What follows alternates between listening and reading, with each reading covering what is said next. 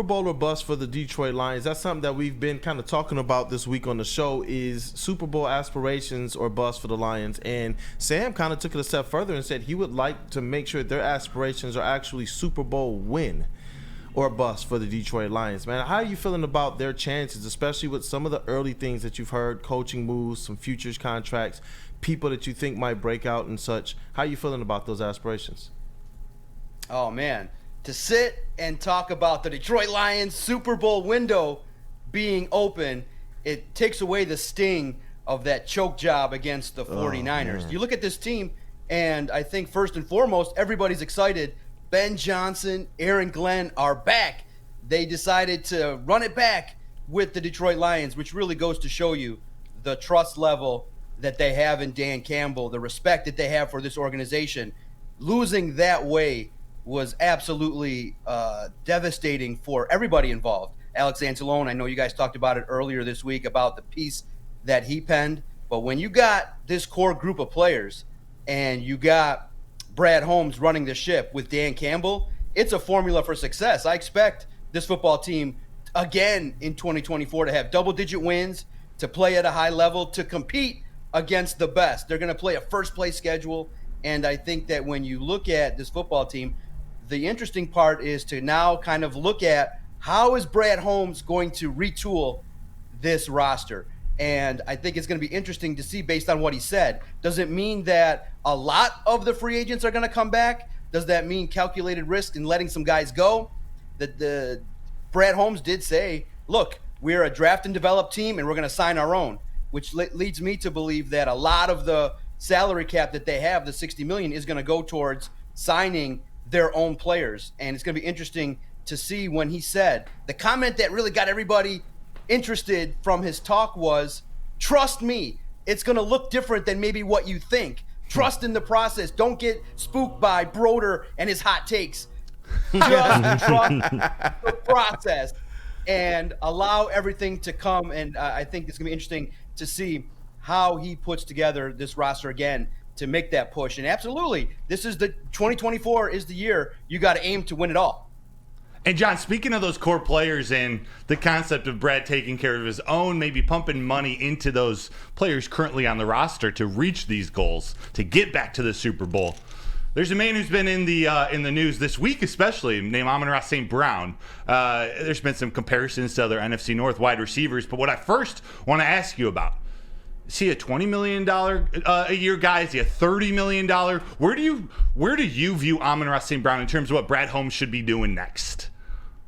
Yeah, absolutely. You have to reward a guy that is amongst really, you look at it and you say, wow, who embodies what the Lions are about? And that's Amon-Ra St. Brown. Dan Campbell said it repeatedly. I don't have to do anything. I can trust that he's going to show up, work hard, take the us against the world mentality. You saw in the papers that Tyreek Hill and everybody's looking at that and say, oh, yeah, you got to pay Amon-Ra St. Brown. Of course, he's worth every single penny that he's going to command. Arguably the best offensive player and the most consistent and reliable on this football team. And you just see this year, it was great. After training camp, I walked up to him, had a chance to spend a couple minutes with him, and I said, man, the thing positive I can say about you is you make this game look easy. And by saying that, that indicates all the hard work, yes, all the extra time that's spent. I told him, and he said, yeah, thank you. I definitely, and he definitely has the respect for the game. Where is it do you see where a guy, when he drops the football, it makes news? That's the kind of standard that he holds for himself.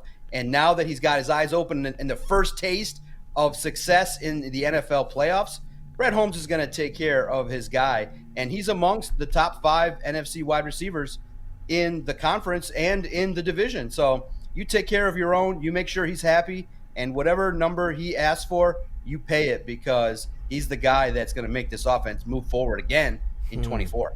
Hey, and he was rewarded in kind with a first-team All-Pro appearance, which was certainly more than deserved. So I want to ask you to put on your personal GM cap right now.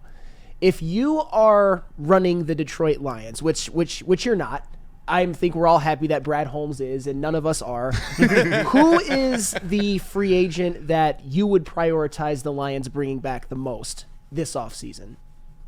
Yeah, absolutely. And that's what I've been spending the last couple of days kind of paying attention to and trying to look at when Brad Holmes says, look, okay, we're not going to be that aggressive in free agency. We're going to take care of our own, maybe not have as many big splashes. So that indicates a lot of their own guys are going to be taken care of. So obviously the free agents that you're looking at are obviously, you look at Jonah Jackson, Graham Glasgow, CD Deuce.